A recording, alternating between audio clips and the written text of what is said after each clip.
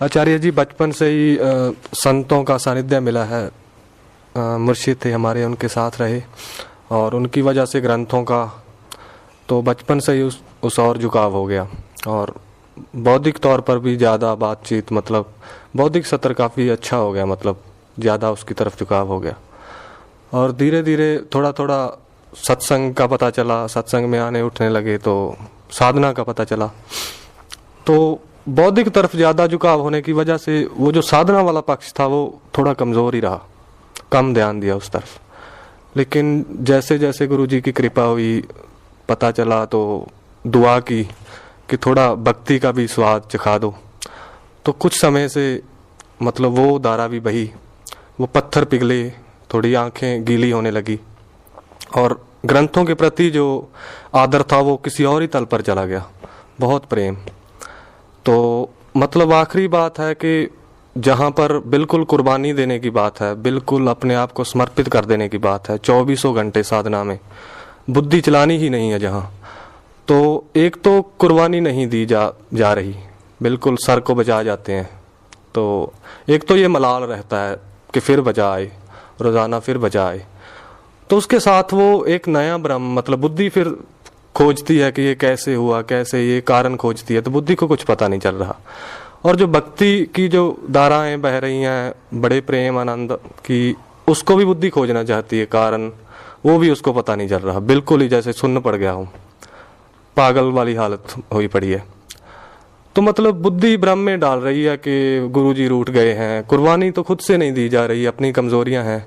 साधना का वो तल जहाँ बिल्कुल ही न्यौछावर होना होता है, वहाँ तक नहीं उड़ान हो पा रही। तो बुद्धि मतलब बिल्कुल दिन का दिन बर्बाद कर देती है, मतलब प्रश्नों पे प्रश्न, ऐसे किया तूने, ऐसे किया तूने, ऐसे किया। तो बहुत तकलीफ, मतलब एक तो मलाल है कुर्बानी ना दे पाने का कि गुरुजी की वो बिल्कुल 100% इशारों पर जो काम होना चाहिए वो नहीं हो रहा, बजा जाते हैं, बेईमानी हो जाती है। और दूसरी तरफ बुद्धि उस मलाल को दूसरी तरफ यूज कर लेती है भ्रमों में कि तेरी गलती है, तेरी ये भी, ये भी, ये भी। तो कृपया कृपा करें। समझेंगे, साथ चलना। बुद्धि भक्ति के विपरीत नहीं है, न ही बुद्धि विपरीत है समर्पित निष्काम कर्म के।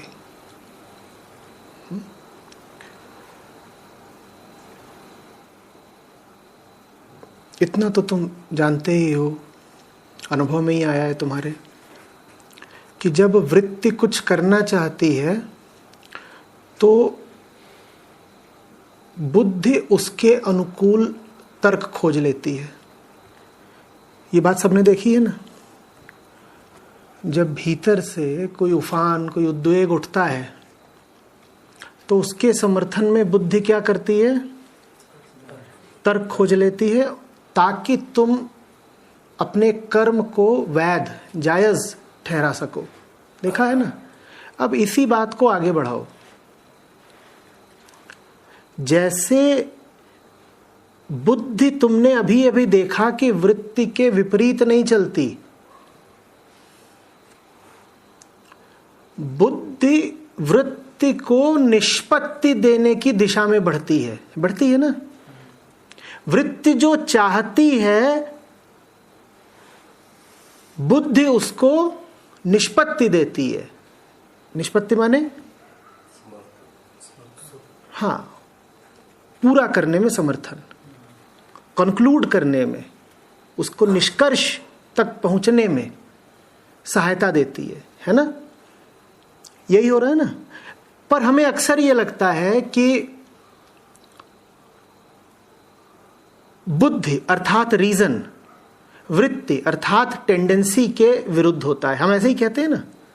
हम कहते हैं reason is oppose to tendency. ऐसा नहीं है, ऐसा नहीं है। पर हमें अक्सर लगता है कि जो रेशनैलिटी होती है या जो रीजनिंग माइंड है, जो तार्किक, युक्तिपूर्ण मन है, वो विरोध में खड़ा है हमारी पुरानी पाश्विक आदिम वृत्तियों के। ऐसे ही हमें लगता है, पर ऐसा है नहीं, है ना। तो हमने कहा बुद्धि निष्पत्ति देती है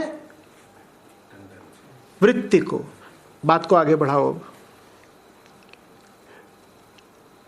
बुद्धि भी कुछ खोज रही है, जैसे वृत्ति कुछ खोज रही है, और वृत्ति जो खोज रही है वो करने में उसको बुद्धि का सहारा चाहिए होता है ना। बुद्धि का सहारा इसलिए भी चाहिए कि बुद्धि कुछ तर्क लगा करके वृत्ति की गति को वैध ठहराए, और इसलिए भी चाहिए क्योंकि वृत्ति तो सिर्फ मांगती है, पाने की तरकीब नहीं जानती। बुद्धि क्या जानती है? पाने की तरकीब जानती है। तो तुम्हें वृत्ति की वजह से भीतर से बड़ी चाहत उठ रही है। क्या चाहत उठ रही है? सेब खाना है। जैसे किसी पशु को भी उठ सकती है, किसी तोते को उठ सकती है, किसी बंदर को उठ सकती है कि क्या चाहिए? ये जो चाहत है ये तो तुम्हारी पुरानी शारीरिक वृत्ति है कि सेब चाहिए भाई। लेकिन सेब तुमको दिलाएगा कौन? बुद्धि दिलाती है। बुद्धि क्या जानती है? तरकीब जानती है, युक्ति जानती है, तर्क जानती है, उपाय जानती है। यही तो बुद्धि का काम है ना। वो मुश्किलों के बीच में से रास्ता निकालने के गुर जानती है।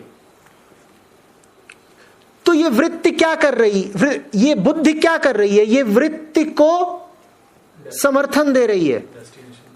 बहुत बढ़िया। तो बुद्धि वृत्ति की अपूर्णता को पूरी करने में सहायक का किरदार निभा रही है। वृत्ति को जो चाहिए वो पूरा करने में सहायक क्या हुई? बुद्धि। फिर से समझो, वृत्ति को जो चाहिए वो पूरा करने में सहायक क्या हुई? बुद्धि। तो वृत्ति की विपरीत तो नहीं हुई बुद्धि। ठीक इसी तरीके से आगे बढ़ो। बुद्धि को भी तो कुछ चाहिए ना। सब बुद्धिजीवियों को देखो, क्या दिखाई देता है? जैसे वृत्ति सेब मांगती है, जो बड़ी स्थूल बात है, बुद्धि भी कुछ मांग रही है लगातार। वो क्या मांग रही है? वो कुछ और मांग रही है, जो सूक्ष्म बात है। सेब कैसा है? गोल गोल हाथ में आ जाएगा, लाल लाल दिखाई देगा, उसका स्वाद जुबान को पता चलेगा। सेब ऐसा होता है। सेब की चाहत किसको होती है? वृत्ति को। बुद्धि को भी किसी की चाहत है। देखा नहीं है, मन में हर समय प्रश्न चलते रहते हैं, चक्र चलते रहते हैं। कुछ चाहिए जिसको बुद्धि खोज रही है। इधर से एक तर्क उठ रहा है, उधर से दूसरा तर्क उठ रहा है, विचार चलता ही जा रहा है, चलता ही जा रहा है। तो बुद्धि भी कुछ चाहती है। वृत्ति जो चाहती थी वो बड़ी सीधी साधी चीज थी। क्या चाहती थी वृत्ति? सेब। बुद्धि भी कुछ चाहती है। बुद्धि जो चाहती है उसको पाने में फिर भक्ति सहायक होती है। वृत्ति जो चाहती थी उसको पाने में सहायक कौन हुआ? और बुद्धि जो चाहती है उसको पाने में सहायक कौन होगा अब? तो ये सब क्या विपरीत है आपस में? कोई वैपरीत्य नहीं है इनमें। उल्टा पुल्टा मत समझ लेना कि कह दो कि अरे नहीं ये तो लेफ्ट ब्रेन पे चलते हैं, वो राइट ब्रेन पर चलते हैं। ये सब विभाजन झूठे हैं। और कह दो कि नहीं ये तो भक्तिजीवी हैं, वो बुद्धिजीवी हैं। सबकी मांग एक है भाई, सबका मालिक एक है, तो सबकी मांग अलग अलग कैसे हो सकती है? जो वृत्ति पर चल रहा है वो भी वही मांग रहा है। बाहर अभी कोई पक्षी कुछ मांग रहा था, तुम्हें क्या लगता है जतेंद्र ने जो मांगा, उस पक्षी ने जो मांगा, क्या अलग अलग है? बिल्कुल। वृत्ति भी वही मांग रही है जो बुद्धि मांग रही है, और बुद्धि भी वही मांग रही है जो भक्ति ही दिलाएगी। सब एक ही को मांग रहे हैं। तो ये मत कहो कि अभी तक हम बुद्धि पर चल रहे थे और अब भक्ति की तरफ आए हैं। अगर बुद्धि ने जो मांगा वो पूरा पूरा मांगा होता तो बुद्धि अपने आप भक्ति में परिणीत हो गई होती। अगर बुद्धि के ही तल पर अटक गए तो इसका मतलब यह है कि अभी बुद्धि के तल को भी तुमने पूरा पूरा खोजा नहीं। बुद्धि की कुछ मांग है, अपनी निजी सामर्थ्य का पूरा उपयोग करके अगर बुद्धि को दिख गया होता कि उसको जो चाहिए वो बुद्धि भर के उपयोग से नहीं मिलेगा, तो बुद्धि कब की नतमस्तक हो गई होती ना। इसका मतलब कि जो बुद्धि पर ही अटक गया है उसने अभी बुद्धि भी पूरी चलाई नहीं। जो बुद्धि पूरी चला लेगा वो भक्त हो जाएगा। ये बात समझ लेना गौर से। जो बुद्धि पूरी चला लेगा वो भक्त हो जाएगा। जो भक्त नहीं हो पा रहा, जो बुद्धिजीवी बना बैठा है, इसका मतलब अभी उसकी बुद्धि बहुत चल नहीं रही है। ये तो बात ही विचित्र निकली। बुद्धिजीवी वो जिसकी बुद्धि पूरी नहीं चलती। जिस दिन पूरी चल गई उस दिन बुद्धि भक्ति में बदल जाएगी। बहुत उदाहरण है। जो सबसे प्रकाशित उदाहरण है वो तो जानते हो, चैतन्य महाप्रभु। बुद्धि पूरी चल गई तो गिर जाएगी बुद्धि, या कह दो खिल जाएगी बुद्धि, एक ही बात है। बीज का मिट जाना कहोगे या बीज का खिल जाना कहोगे। ये भी कह सकते हो कली अब रही नहीं, और ये भी कह सकते हो कली अब फूल हो गई। एक ही बात है।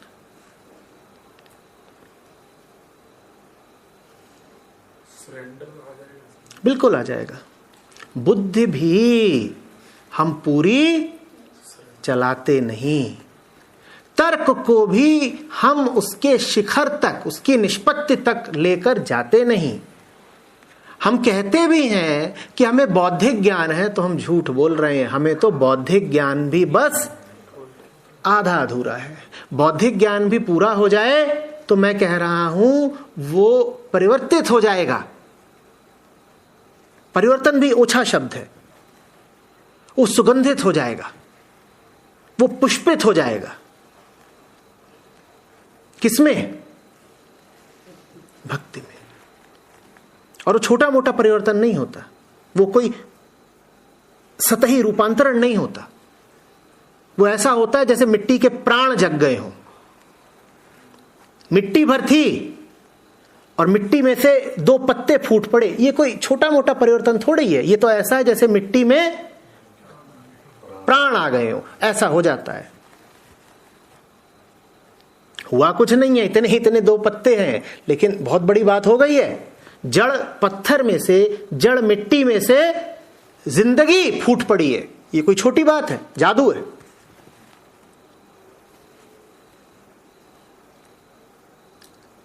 ऐसा हो जाता है। बुद्धि से ही भक्ति आविर्भूत हो जाती है। तो ग्रंथों का अध्ययन करते हो तुम, उसको ही और तल्लीनता से करो। ये मान्यता छोड़ दो कि तुम बौद्धिक तल पर भी बहुत कुछ समझ गए थे। बिल्कुल बच्चे हो जाओ, एकदम शून्य से शुरुआत करो। कहो कि मुझे बौद्धिक तल पर भी बहुत पता नहीं।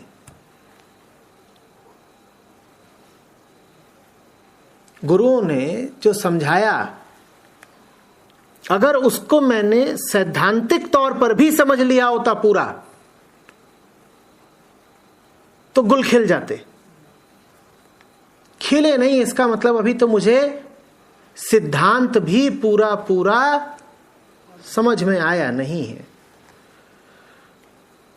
ऐसा करने से सर्वप्रथम क्या होगा? ऐसा करने से यह होगा कि जिन सिद्धांतों को तुम समझा माने बैठे हो, अब उनको लेकर प्रश्न करोगे, तुम्हारे सवाल बढ़ेंगे। और सवाल वो किस श्रेणी के होंगे? गौर से सुनना। बड़े सवाल नहीं करोगे, फिर अगले दर्जे के उन्नत कक्षा के सवाल नहीं करोगे। फिर तुम बड़े मूलभूत सवाल करोगे, क्योंकि तुम में एक विनम्रता आएगी। तुम कहोगे समझ ही गया होता तो आगे ना बढ़ गया होता।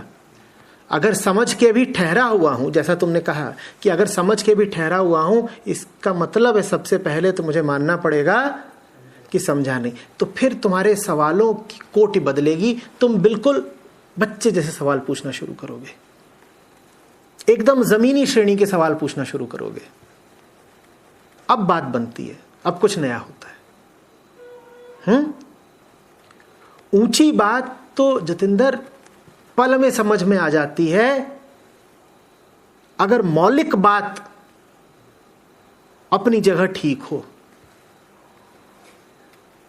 मिट्टी अगर ठीक हो तो बहुत कोशिश थोड़ी करनी पड़ती है कि वृक्ष को ऊंचाई मिले, ऊंचाई फिर अपने आप हासिल हो जाती है अगर मिट्टी ठीक हो।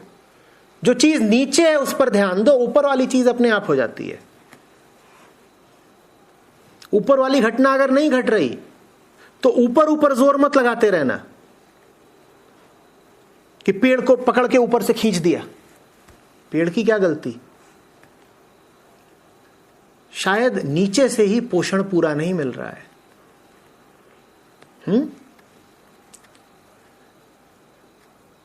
बुद्धि पूरी नेति नेति करे तो उसके बाद भक्ति दूर कैसे रह सकती है? जानते हो नीति नीति का चमत्कार क्या है? नीति नीति का चमत्कार यह है कि वो तुम्हें गहरी बेचैनी में छोड़ जाएगी, क्योंकि तुम जितनी नेति नेति करोगे उतना तुम अकेले होते जाओगे, उतना छटपटाओगे। और अहंकार अकेला जी नहीं सकता। ये भी नकली, ये भी नकली, ये भी नकली, ये भी नकली। और मैंने हमेशा अपनी पहचान क्या बनाई थी? इससे जोड़कर, इससे जोड़कर, इससे जोड़कर, इससे जोड़कर, इससे जोड़कर। कोई मुझे पूछता था तुम हो कौन, तो मैं कहता था इसका पिता हूं मैं, इसका पति हूं मैं, इस दुकान का मालिक हूं मैं, इस फैक्ट्री का सरदार हूं मैं, इस घर का मुखिया हूं मैं। ऐसे ही तो मैं अपनी पहचान बताता था। तो मेरी सारी पहचान किस पर अवलंबित थी? दूसरों पर। और नीति नीति ने क्या कर डाला? इसको भी गिरा दिया, इसको भी मिटा दिया, उसको भी हटा दिया। जब ये सब हटे तो क्या हुआ? मैं ही नहीं बचा भाई, क्योंकि मैं ही इन पर आश्रित था अपनी हस्ती के लिए। अब बड़ा कचोटता है सब। अब दिख जाता है कि अपनी बसाई हुई दुनिया कितनी नकली है, कितनी अधूरी है, और उसमें कितनी बेबसी, कितना अकेलापन है। अब अहंकार के सामने कोई तरीका ही नहीं रहता, उसे सर झुका ही देना पड़ता है, छटपटा के सर झुका देना पड़ता है, अनिवार्यतः भक्ति करनी पड़ती है। भाई भक्ति का क्या मतलब है? भक्ति का यही तो मतलब है कि एक तो ही सहारा। भक्ति क्यों नहीं होती है? क्योंकि हमारे 50 सहारे हैं। और नीति नीति का क्या काम है? बुद्धि। नीति नीति बुद्धि से होती है। नीति नीति का क्या काम है? 50 सहारे काट दिए। जब 50 सहारे काट दिए तो ले मजबूरी में भक्त बनना पड़ेगा, कोई चारा ही नहीं बचा। भक्ति नहीं करोगे तो जाओगे कहां? यहां तो कोई बचा नहीं अब जिसका सहारा ले सको। तो अब हारे को हरिनाम, एक वही सहारा बचा है, अब और कहां जाओगे? बुद्धि पूरी चलाओ, लेकिन अगर 50 सहारे ले रखे हैं और बुद्धि लगा के 40 ही काट रहे हो तो 10 तो बहुत होता है, एक भी बहुत होता है। जब तक तुमने नीचे एक भी सहारा पकड़ रखा है तब तक भक्ति संभव हो ही नहीं पाएगी। अहंकार किसी एक को ही पकड़ के चिपक जाएगा, अपना काम चला लेगा। वो कहेगा एक है तो भी चल रहा है, एक के अनेक बना लूंगा।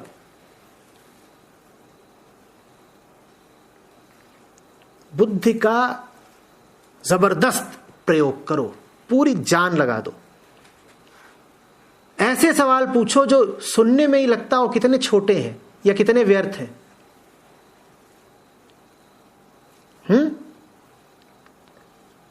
हर जरा जरा सी बात पर जिज्ञासा करो। किसी भी बात को यूं ही मान्यता मत दे दो। जैसे जैसे बुद्धि की धार से सब झूठों को काटते जाओगे तुम पाओगे जीना मुश्किल होता जा रहा है। और जीना अब संभव तभी हो पाएगा जब उसके आश्रित हो जाओ, उसकी शरण में आ जाओ। तो वो भी ये शर्त रखता है कि मेरे पास तभी आना जब दुनिया से जरा बेजार हो जाओ, जिसका कोई नहीं उसका ही खुदा है यारो। जब तक तुम्हारे बहुत सारे आसरे हैं तब तक करोगे या खुदा का। खुदा कहता तुम मौज करो, तो बहुत लोग हैं अभी, और इन बहुत लोगों की असलियत क्या है ये तुम्हें कौन दिखाएगा? बुद्धि ही दिखाएगी, तुम्हारी जिज्ञासा ही दिखाएगी, सवाल ही दिखाएंगे। बिना सवाल पूछे कुछ पता नहीं चलने वाला। सवाल पूछने का मतलब है कपड़ा हटा दिया, पर्दा हटा के देखेंगे। जो भी बात है साफ जाहिर होनी चाहिए, सवाल पूछने का ये मतलब है। ये बुद्धि का काम है। साफ बताओ, हमें देखना है, आंकड़े दिखाओ, तथ्य बताओ, खूब पूछो। जितना पूछोगे उतना मुक्त होते जाओगे।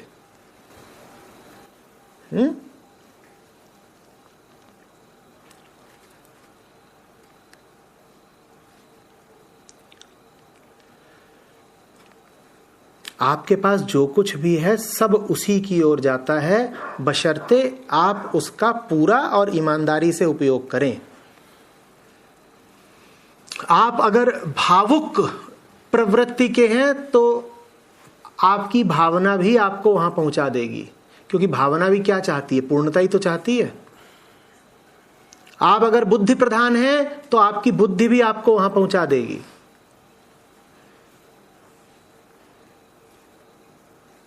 आप दुनिया को जीतना चाहते हैं तो दुनिया को जीतने का संकल्प भी आपको वहीं पहुंचा देगा, क्योंकि दुनिया को जीतना भी बिना वहां जाए संभव नहीं है।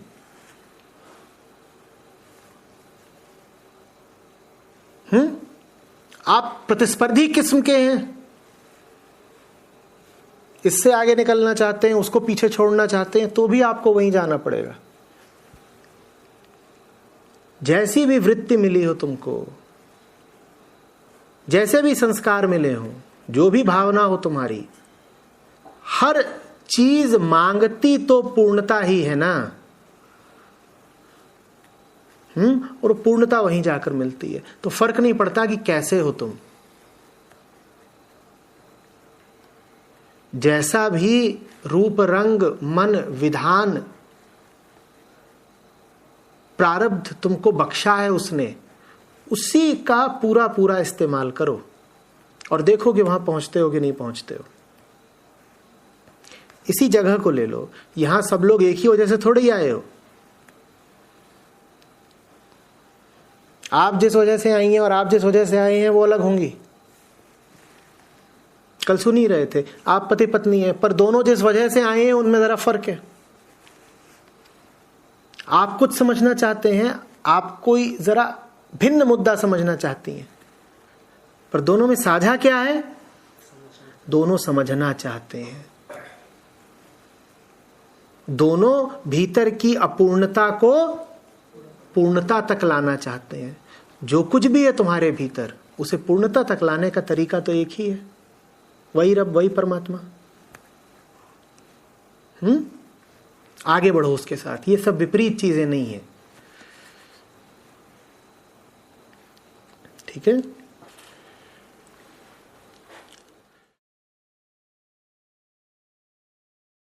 पूछा आपने कि नीति नीति क्या है। हम सब कुछ ढूंढ रहे हैं। कोई ऐसा है यहां जो बिल्कुल कुछ ना चाहता हो, उसके अभी जैसे हालात हो उससे ही पूर्ण संतुष्टि हो? है कोई ऐसा? किसी को छोटी चीज चाहिए, किसी को बड़ी चीज चाहिए,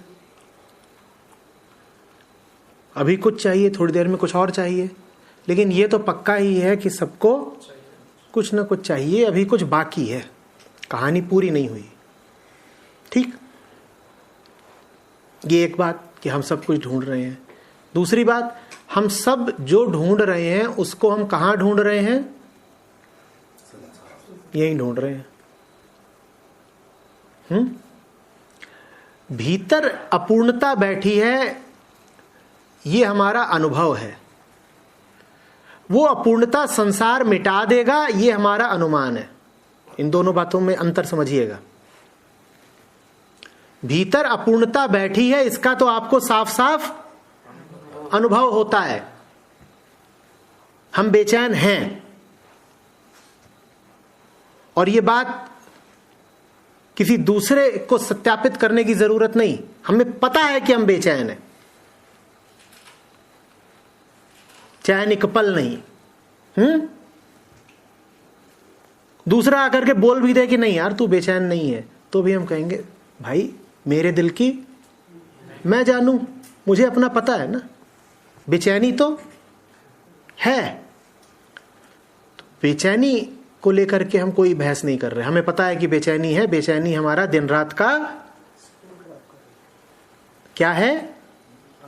अनुभव है। तो बेचैनी तो है, ठीक। लेकिन उस बेचैनी को ये दुनिया मिटा देगी। दुनिया में कुछ मिल जाएगा या कोई मिल जाएगा जो इस बेचैनी को मिटा देगा, ऐसा हमने बस अंदाज लगा रखा है,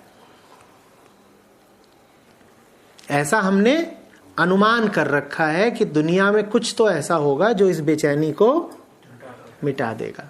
नित्य नीति का मतलब होता है कि जिसको भी लेकर के तुम ये उम्मीद अपेक्षा रख रहे हो कि वो तुम्हारी बेचैनी को मिटा देगा, उसके पास जाकर जरा गौर से परीक्षण करो, और परीक्षण करोगे तो चिल्ला उठोगे, ये नहीं, ये नहीं, ये नहीं, ये नहीं। इसी को संस्कृत में कहते हैं न इति न इति, न इति न इति। ये नहीं, ये नहीं। मुझे कुछ चाहिए तो है ही, पर मुझे जो चाहिए वो ये नहीं, ये नहीं, ये नहीं, ये नहीं। तुम तब तक नहीं कहोगे जब तक गौर से इसका परीक्षण नहीं किया।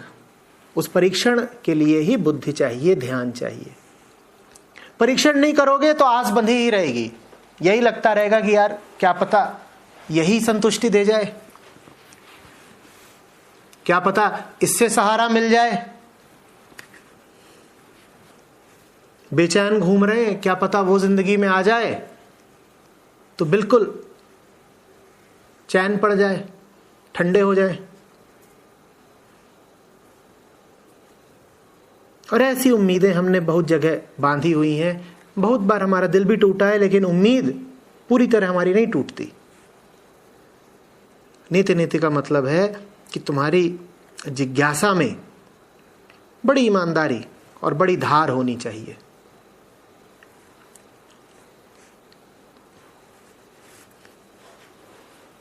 तुम्हारी तैयारी पूरी होनी चाहिए कि उम्मीदें टूटती हैं तो टूटे, सपने टूटते हैं तो टूटे, दिल टूटता है तो टुकड़े टुकड़े हो जाए, लेकिन आज हकीकत जान के रहूंगा, तू वो है भी कि नहीं जिसकी मुझे तलाश थी। मैं सालों से यही सोच रहा हूं कि तू ही वो है, पर आज तो मुझे पक्का पता करना है। सामने बैठ, बात करेंगे। तू क्या वो है भी? और अगर बात से नहीं पता चलेगा तो मैं छानबीन करूंगा। जरूरत पड़ी तो वैज्ञानिक बन जाऊंगा, जरूरत पड़ी तो जासूस बन जाऊंगा, पर पक्की बात पता लगाऊंगा। क्या तू वो है भी? और जिन्होंने भी वो प्रयोग किया, जांच पड़ताल करी, उन्होंने यही पाया कि जिसको ही परखा वही नकली निकला। तू भी नहीं है यार वो। जिसको ही परखोगे उसको ही नकली पाओगे। अगर अभी तुम्हें कोई असली लग रहा है तो सिर्फ इसलिए कि तुमने उसे पूरा परखा नहीं। इसी को तुमसे कह रहा था कि बुद्धि का भी पूरा इस्तेमाल किया नहीं, परख नहीं रहे हो पूरा पूरा। परखो। वैज्ञानिक किसी ईमानदारी और धार रखो, रिगर, साइंटिफिक रिगर।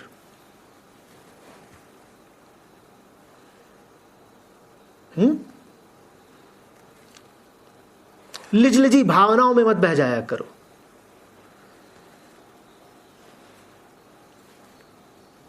उम्मीदों के कोहरे में मत खो जाया करो।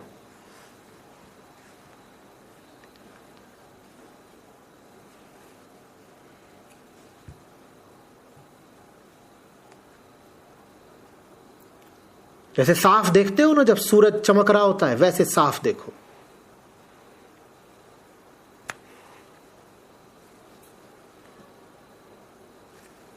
नैति नैति। तुम्हें क्या लग रहा है इस उद्घोष में निराशा है?